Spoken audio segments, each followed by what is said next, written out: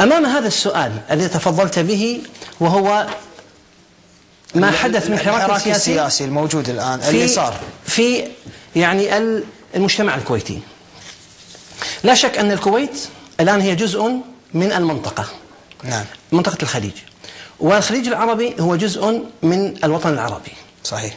هناك حراك في بداية هذا العام 2011 ظهر على الساحة العربية، وهو ثورة الشعوب.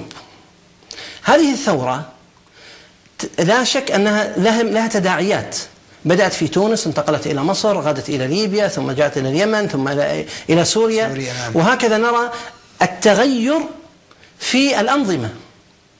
التغير في الأنظمة كان من أعظم أسبابه هو الاستبداد السياسي في هذه الأنظمة.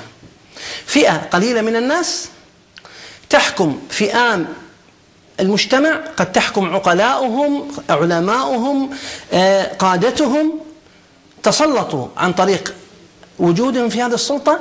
فهذه الزمرة القليلة استطاعت أن تقوم باستبدادها السياسي، أدى ذلك إلى ثورة الناس. الحاكم عندما يأتي ليحكم إنما يحكم من؟ يحكم شعبه. نعم. يحكم شعبه لماذا؟ يحكم ليحقق له ما يلزمه، وهذه هي غايات الحكم.